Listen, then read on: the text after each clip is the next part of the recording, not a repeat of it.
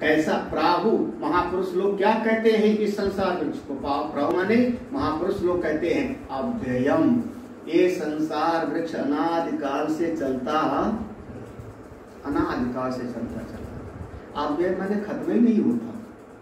एक पीढ़ी चली गई, दूसरी से चली गई, तीसरी 84 लाख योनियां चली गई। अब इस पेड़ में देखो, छंदांश यस्य पर्णानि, छंदांश माने वेद की ऋचाएं, हमारे चारों वेद की जो ऋचाएं। तो ये संसार वृक्ष, जैसे कहते हैं ना कि वृक्ष का पालन पोषण पेड़ के पत्ते से होता है, पत्ते ही फूल उसके भोजन बनाते हैं। तो ये संसार रूपी वृक्ष को आगे बढ़ाने वाले कौन हैं? ये हमारे वेद की ऋचाएं हैं, यही पत्ते। जो इसको जानता है, यह वेद तम वेदविद, जो इस वृक्ष को, इस संसार वृक्ष को जो जानता है, समझना वही उस तत्व को जानता है। इस श्लोक का यही अर्थ हुआ। इसमें 2 दृष्टांत आप लोग चित्त में धारण कर लो तो समझिए, फिर हम आगे भाष्य में पढ़ते हैं। ये आगे आएगा भी। एक तो मूल इसका सूत्र है कठोपनिषद। कठोपनिषद में इसका मूल है, एक वल्ली का प्रारंभ ही है, वहां पर पढ़ चुके हो। ऊर्ध्व मूलो अवाक शाखा ये सो अश्वथ सनातन, वहां पर ये बिल्कुल जो ये सिद्धांत है यजुर्वेद के कठोपनिषद, वहां पर समझाया भगवान ने, वहां से ला करके यहाँ पर रखा। ठीक है। ऊर्ध्व मूल, ऊपर उसका मूल है, नीचे उसकी शाखाएं हैं, यह उल्टा वृक्ष है। तो इसको 3 दृष्टि से समझो, 3 दृष्टि से। जैसे कहते हैं ना भौतिक, दैविक और आध्यात्मिक, 3 दृष्टि है। समाधि भाषा प्रथमा, लौकिकी तथा पारलौकिकी तृतीय, शास्त्र भाषा त्रिदाशा। तो शास्त्र की भाषा 3 तरीके से होती है, दैविक दृष्टि से, भौतिक दृष्टि से और आध्यात्मिक दृष्टि से, यही ना। जैसे दैविक दृष्टि से हम कहेंगे भगवान राम कौन है? राम कौन? राम कवन प्रभु मैं पूछूं। तो दैविक दृष्टि से हम कहेंगे भगवान विष्णु के, ये दैविक दृष्टि से, ठीक है ना। और अगर मैं पूछूं नहीं आप बताइए भौतिक दृष्टि से, तो हम कहेंगे दशरथ जी के पुत्र हैं, इसमें कौन सी बड़ी बात है? अवध में जन्म लिए, बालपन में ठुमक चलत रामचंद्र बाजत, बिल्कुल उनका ऐसे जनकपुर में विवाह हुआ, ऐसी ऐसी लीला किया। ये भौतिक है। दैविक दृष्टि से भगवान विष्णु के अवतार, यही ना, जब जब होए धर्म कई हानि। और आध्यात्मिक दृष्टि से राम कौन है? राम ब्रह्म परमार्थ, वो मेरी आत्मा, जो सब में रमे उन्हीं का नाम, यही ना। तो बिल्कुल 3 दृष्टि से। अब इस संसार वृक्ष को 3 दृष्टि से विचार। सबसे पहले दृष्टांत समझो। दृष्टांत में सबसे बढ़िया दृष्टांत हमारे पूज्य गुरुदेव ने दिया, इसको कहा उन्होंने वंश वृक्ष। वंश वृक्ष जैसे कोई परिवार वाले अपना पीढ़ी दर पीढ़ी का वो बनाते हैं, तो और एक कागज पे अगर बनाए तो सबसे पहले कौन सा नाम आया? एक नाम आया, जैसे मनु महाराज।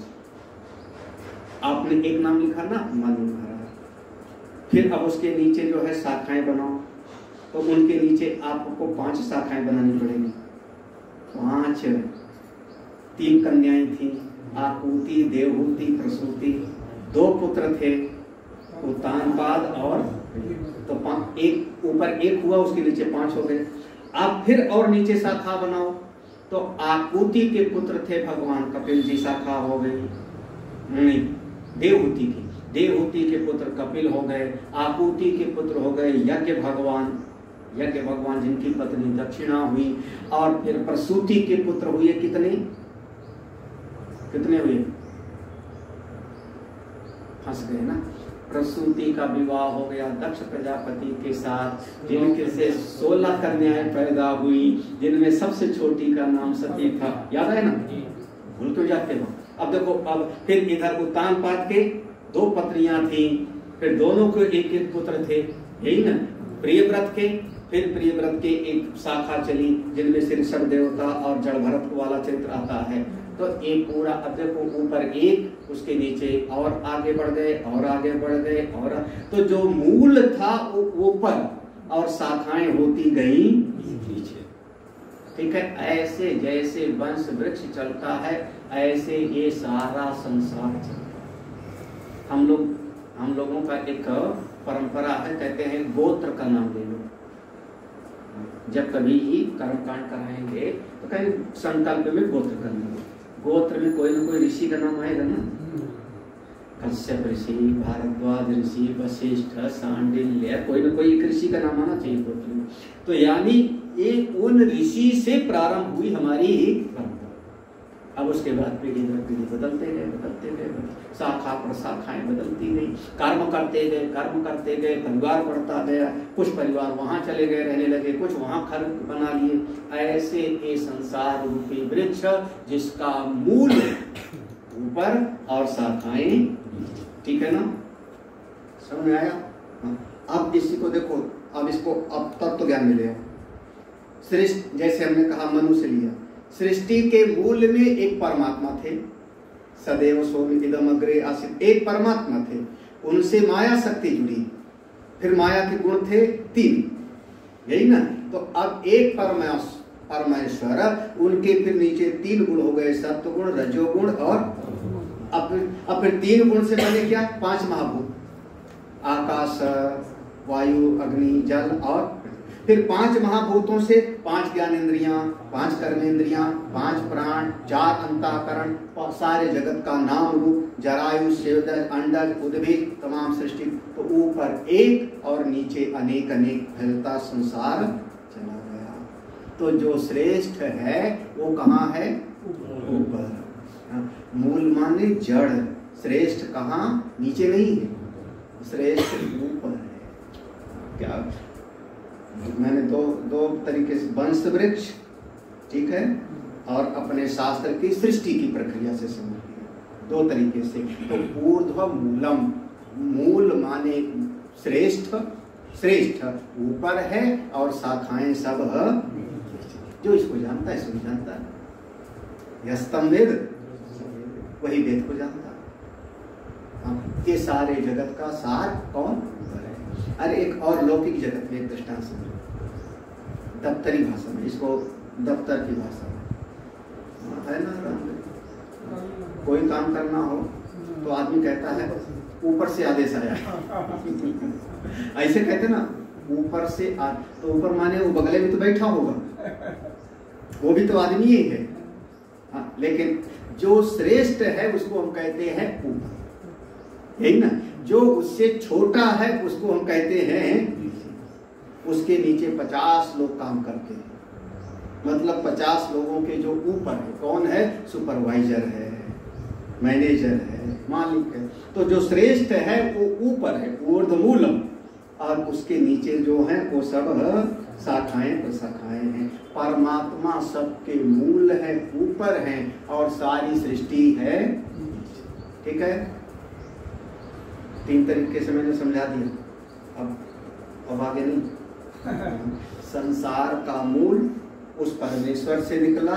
मैंने वंश वृक्ष, जगत, संसार और लौकिक जगत का दृष्टांत दे दिया कि ऊपर से हुक्म, ठीक है ना। चलो एक चीज हो, एक पेड़ आप निकालो, ऐसे पेड़ उठाओ और उसके अंदर की मिट्टी को झाड़ दो, काटो मत। तो उसमें पतले पतले से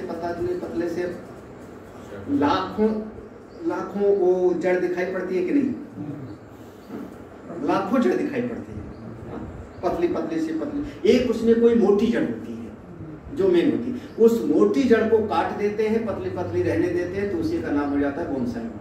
फिर वो गमले में भी बरगद का पेड़ लगता है, गमले में पीपल का पेड़ लगा सकते हो। वो मोटी वाली जड़ एक काट दिया और पतली सब। गमले में संतरा हमने देखा है, गमले में आम, ये तो मैं अभी देखा ना कमलानंद जी के गमले में बड़े बड़े आम मिलते थे, संतरा मिलते थे बड़े।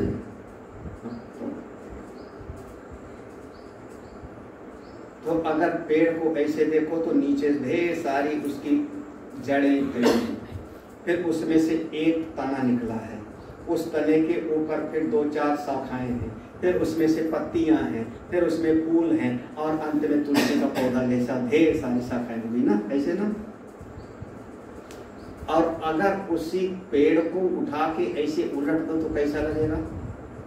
उसकी सारी जड़ें ऊपर दिखने लगी, यही ना। और तना अब नीचे, उसके नीचे फिर और ये हमारा शरीर कैसा है? थोड़ा उस पेड़ से शरीर को तुलना करके देखो। हाँ, अगर जैसे हमने कहा पेड़ को गमले से निकाल के यूं खड़ा करके देखो, तो ये सारी आपकी हैं जड़ें। कितनी हैं? कितने भाग होंगे? है ना। फिर ये आपका तना हुआ, फिर देखो अब शाखा बढ़ती जा रही ना नीचे की तरफ, फिर हमारा 2 हाथ हुआ, आंख हो गई, 2 कान हो गए, देखो भेद होता गया ना, भेद होता जा रहा है नीचे से। और फिर उसके बाद पांव आया, पांव की उंगली आई, हाथ, तो नीचे शाखाएं फैलती गई।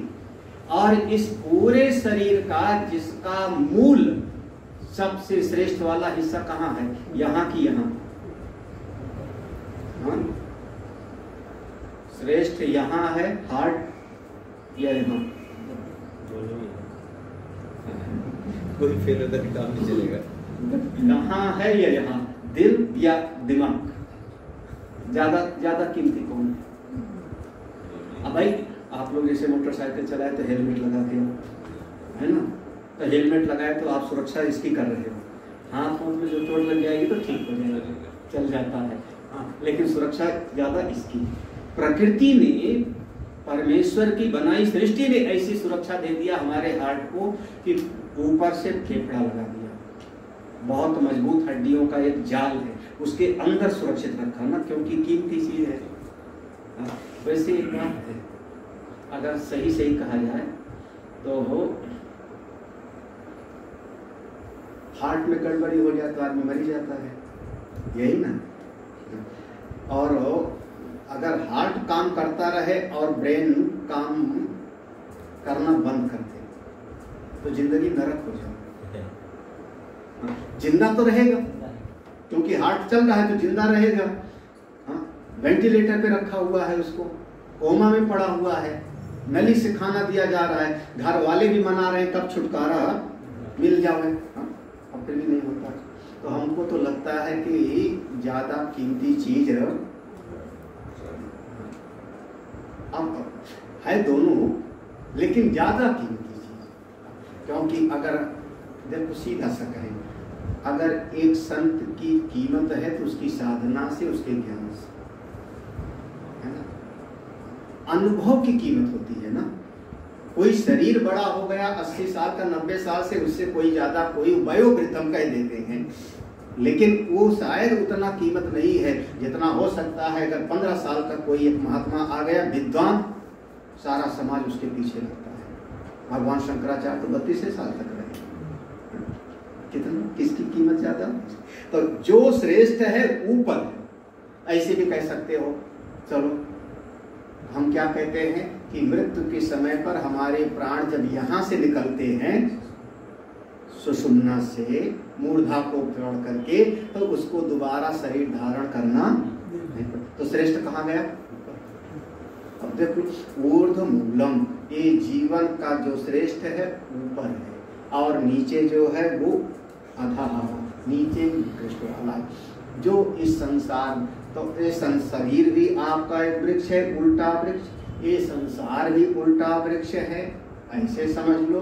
और परमात्मा इसके मूल है, श्रेष्ठ है, परमात्मा मूल है, और सारी सृष्टि नीचे। जो नीचे है उसको छोड़ो, श्रेष्ठ को पकड़ो, यही चीज है। ठीक है, जो इसको जानता है वही जानता है।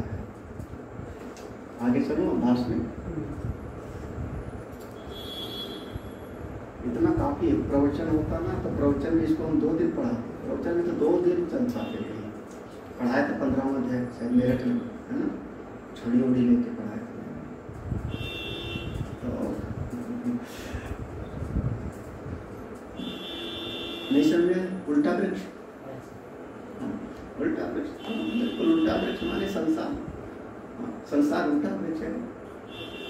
जहाँ जहाँ जो दिख रहा है वहाँ वो है ही नहीं, जैसे मृगमरीचिका का जल, जहाँ जो दिख रहा है वहाँ है ही नहीं। तो संसार सब उल्टा है।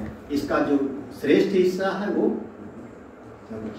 ऊर्ध्वमूलम कालतः सूक्ष्मत्वात् कारणत्वात् नित्यत्वात् महत्त्वात् च ऊर्ध्वम उच्यते।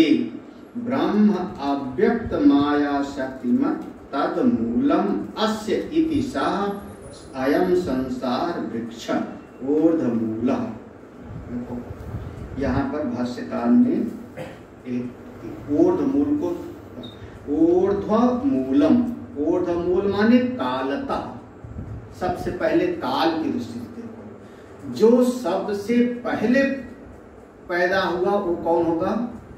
बाद वाला जो पैदा हुआ उससे जो पहले पैदा हुआ वो श्रेष्ठ होगा।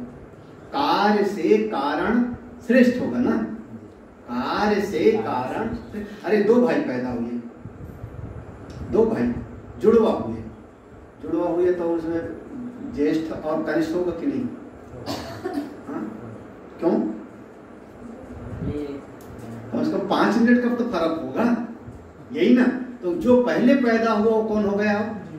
ज्येष्ठ। जो बाद में पैदा होगा वो छोटा हो गया। तो कहा लगता हम महात्माओं ने अच्छा है, एक ही मंच पर दो को महामंडलेश्वर बनाया गया, दो को चादर उठाया जाए, तो उसमें कौन आगे कौन पीछे है ना? इसमें क्रम कैसे बटेगा? इनको अनुभव है भाई। एक ही मंच पर, एक ही दिन, एक ही समय पर दो को, तो कौन किस तरफ आगे जाएगा, किसके पीछे? तो वो कहा जाएगा जिसको पहले चादर उठा दी गई, इतने तो कहोगे ना, तो उसका नाम है कालतः। समय की दृष्टि से भले 1 मिनट 2 मिनट का फर्क हो गए तो कालतः। सृष्टि में पहले कौन पैदा हुआ? ये नाम रूप से पहले पृथ्वी, पृथ्वी से पहले जल, जल से पहले तेज, तेज से पहले वायु, वायु से पहले आकाश, आकाश से पहले महातत्व, महातत्व से पहले हिरण्यगर्भ, तो हिरण्यगर्भ सबसे पहले पैदा हुआ, तो ये श्रेष्ठ हो। कालतः वो श्रेष्ठ है और सब बाद वाले, तो काल की दृष्टि से देखो। दूसरा देखो सूक्ष्मत्वात्, हम श्रेष्ठ, ये पहला काल कहा। दूसरा सूक्ष्म, जो वस्तु जितनी सूक्ष्म होती है उसको हम उतना श्रेष्ठ समझते हैं। सूक्ष्मता, स्थूल से सूक्ष्म ज्ञान की महिमा ज्यादा होती है। नहीं समझा? अरे एक डॉक्टर है, देहाती डॉक्टर, वो सब बीमारियों की दवाई कर देता है ना? हम कहते हैं झोला छाप जड़ी बूटी। दूसरा डॉक्टर होता है वो MBBS करता है, इंटर के बाद 5 साल पढ़ेगा तो MBBS, 5 साल वो शरीर को चीर फाड़ रहा, ये कर रहा, MBBS किया, यही ना? तो MBBS माने वो सारे शरीर को जानेगा, सारे शरीर का डॉक्टर MBBS होगा। अब MBBS के बाद भी अब वो फिर से पढ़ेगा तो होगा वो MS किएगा। MS माने सर्जरी का सीखेगा, चीर फाड़ का। MD माने डॉक्टर ऑफ मेडिसिन, दवाइयों के बारे में उसको ज्ञान होगा, यही ना? दवाइयों के बारे में ज्ञान होगा। फिर उसके विभाग बदलते जाएंगे अलग अलग, यही ना? तो अब उसका ज्ञान कितना हो गया पहले वाले से? तो उसकी फीस भी बढ़ गई, उसके पास लाइन लगाना पड़ेगा चाहते, यही ना? अब MBBS वाला सब शरीर का इलाज कर देगा, और हार्ट में परेशानी हो जाए तो हार्ट वाले के पास जाना पड़ेगा, यही ना? आंख वाले में परेशानी हो जाए तो आंख वाले के, तो क्यों? क्योंकि उसका ज्ञान उससे, तो जो सूक्ष्म होता है उसकी कीमत ज्यादा है, वो श्रेष्ठ होता है। देखो सूक्ष्मत्व, आप ध्यान देना, कालतः सूक्ष्मत्व।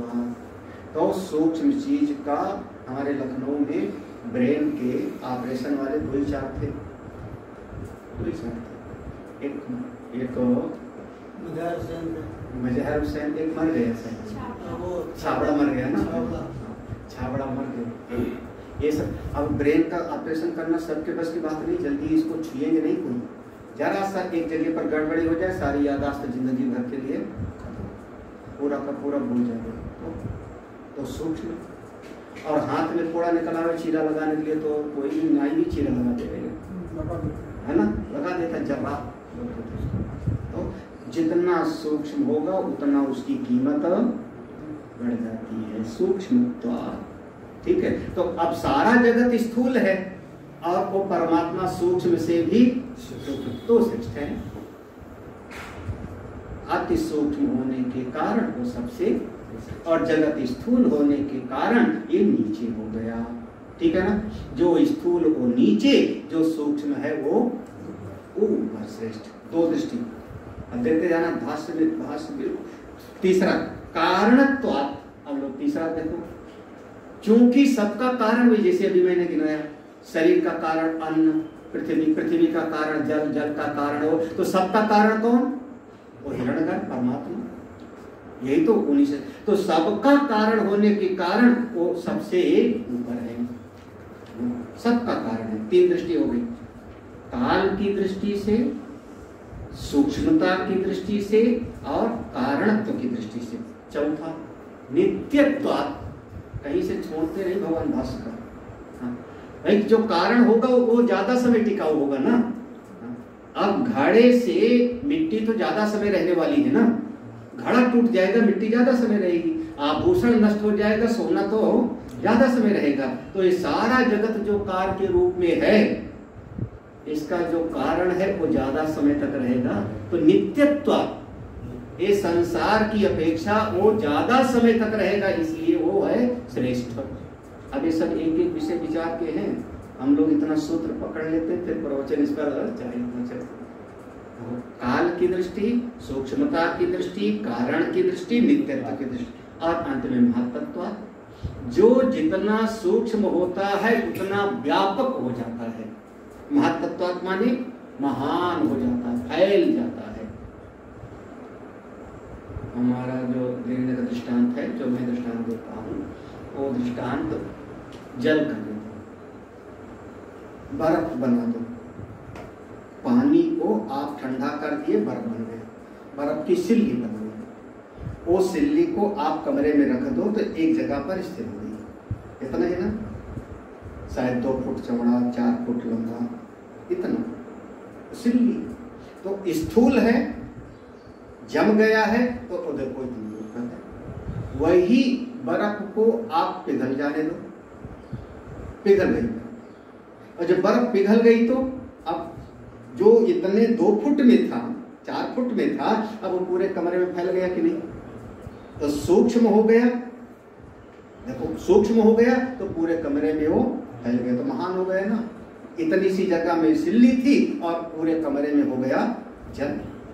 और उसी पानी को अगर भाप बना दो तो गर्म कर दो, भाप बन जाते। वही पानी जब भाप बन के उड़ेगा तो शायद पूरा का पूरा हमारा कमरा, पूरा का पूरा सत्संगाल में गूंज भर जाए। तो वो जितना सूक्ष्म हो जाता है उतना ही वो व्यापक हो जाता है। महत्त्व, तो वो परमात्मा सबसे ज्यादा व्यापक है। इसलिए तो वह जो परमेश्वर है, जिनको कहा जा रहा है ऊपर है, तो वो सबके काल की दृष्टि से सबसे पहले वही है। फिर सूक्ष्मता की दृष्टि से सारे जगत के कारण वही हैं, फिर नित्य वही है और सबसे व्यापक वही, सर्वव्यापक कहा जाता है। इसलिए वो परमेश्वर ही सबसे मूल है और सारा जगत है गया नीचे। ये सारी सृष्टि नाम रूप वाली हो गई नीचे। महत्वात्ता चा ऊर्ध्वम उच्यते ब्रह्म, इसीलिए वो ब्रह्म को ऊपर कहा गया। अव्यक्त माया शक्तिमत तद मूलम अस्य इतिसा। देखना यहाँ पर निरुपाधिक ब्रह्म का नहीं वर्णन आ रहा है। अव्यक्त माया शक्तिमत, शक्तिमत शक्ति वाले, माया शक्ति को जो धारण किए हैं, अव्यक्त को कौन? माया के स्वामी, सगुण ब्रह्म, सोपाधिक ईश्वर, क्योंकि जगत की उत्पत्ति ईश्वर से होती है। हम कहते हैं ना ईश्वर से ही जगत की उत्पत्ति स्थिति प्रलय होती है। तो अव्यक्त माया शक्तिमत वही इसके मूल हैं। अस्य इतिसा अयम संसार वृक्षा, यह संसार वृक्ष ऐसा है जिसका मूल ईश्वर है। श्रुति में वही कठोपनिषद में जो लिखा है, श्रुते चा ऊर्ध्वमूलो अवाक्शाकः इति, श्रुति में भी देखो यही बात कही है। तो ये श्रुति के आधार पर भगवान ने इस विषय को लिया कि ये संसार एक वृक्ष है, इसका मूल श्रेष्ठ हिस्सा ऊपर है और जो नीचे है वह अधः निकृष्ट वाला है, कम वाला है। पुराण में भी इस बात को कहा। अब यहाँ से हम लोग कर सके इस समय 15वां अध्याय को ध्यान से एक तरीके से 15वें अध्याय पर गीता जी का जो मूल सिद्धांत है वो पूरा होता है 15वें अध्याय। इसके बाद फिर ज्ञान क्यों नहीं टिकता, तो उसके लिए फिर और विभाग आ जाएगा, श्रद्धा त्रय विभाग, दैवासुर संपन्न विभाग, इस प्रकार से आ जाएगा। और 18वां अध्याय तो पूरी गीता का उपसंहार है, शुरू से लेकर के अंत तक के सारे विषय वहाँ पर आ जाते हैं। तो हम लोग इसको थोड़ा सा ध्यान से ओम पूर्णमदः पूर्णात् पूर्णमुदच्यते पूर्णस्य पूर्णमादाय पूर्णमेवावशिष्यते। ओम शांति शांति शांति।